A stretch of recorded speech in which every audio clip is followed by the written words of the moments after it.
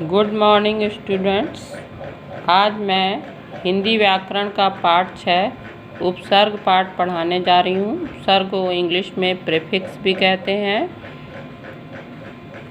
संधि पाठ के बाद उपसर्ग पढ़ाने से ये फ़ायदा है, जिस तरह संधि में दो शब्दों को जोड़ते हैं उसी तरह उपसर्ग पाठ में भी शब्दों के साथ शब्दांशों को जोड़ते हैं।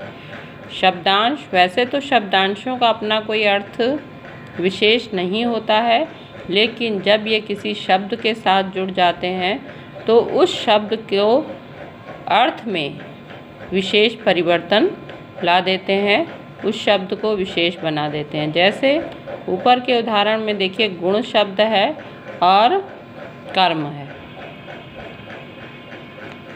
तो गुण के साथ अगर हम शब्दांश जोड़ देते हैं तो ये स और धन गुण सगुण बन जाता है। और अव जोड़ देते हैं तो ये अवगुण बन जाता है। दुर जोड़ देते हैं तो दुर्गुण बन जाता है।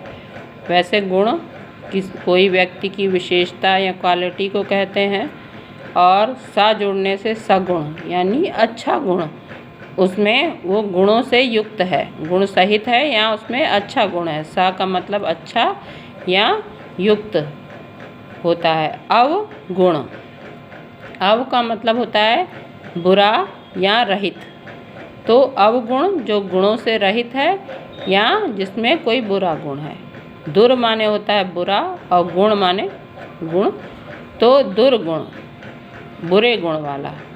ठीक है, उसी तरह समझ लेते हैं। दुष शब्द जोड़कर कर्म शब्द बना, दुष्कर्म। और सु जोड़कर, सु और कर्म जोड़कर बना सुकर्म। और कु और कर्म जोड़कर बना कुकर्म। तो दुष्कर्म, वही दुष माने बुरा और कर्म जोड़ दिया तो बुरा कार्य, दुष्कर्म बुरा कार्य। जो सुकर्म अच्छा कार्य, और कुकर्म, कु माने भी बुरा होता है और कुकर्म मीन्स भी बुरा कार्य। तो ये इन शब्दों के अर्थों में परिवर्तन हो गया है। केवल शब्दांशों को सा, अव, दुर, इन शब्दांशों को हमने शब्दों के आगे जोड़ दिया है तो उनके अर्थों में परिवर्तन हो गया है। जैसे कर्म के साथ दुष, सु, कु जोड़ा है तो उसके भी अर्थ में परिवर्तन हो गया है। तो हम समझ सकते हैं कि उपसर्ग किसे कह सकते हैं।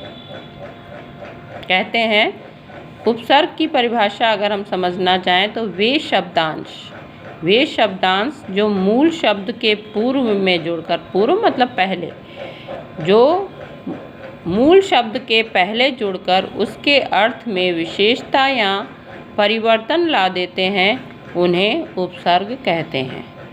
तो इस तरह से हम उपसर्ग को समझ सकते हैं कि हम अगर उसके शब्द के आगे शब्दांशों को जोड़ दें तो उनके अर्थों में परिवर्तन आ जाता है या एक विशेषता आ जाती है।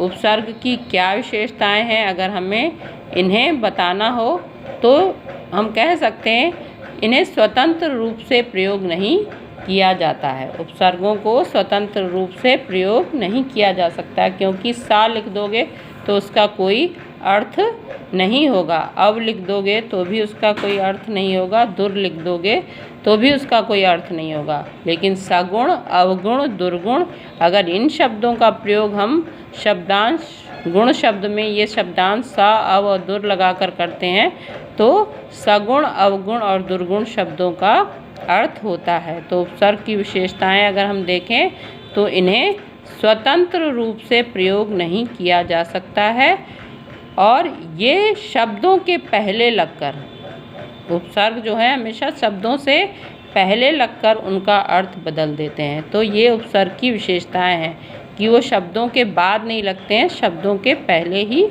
लगते हैं।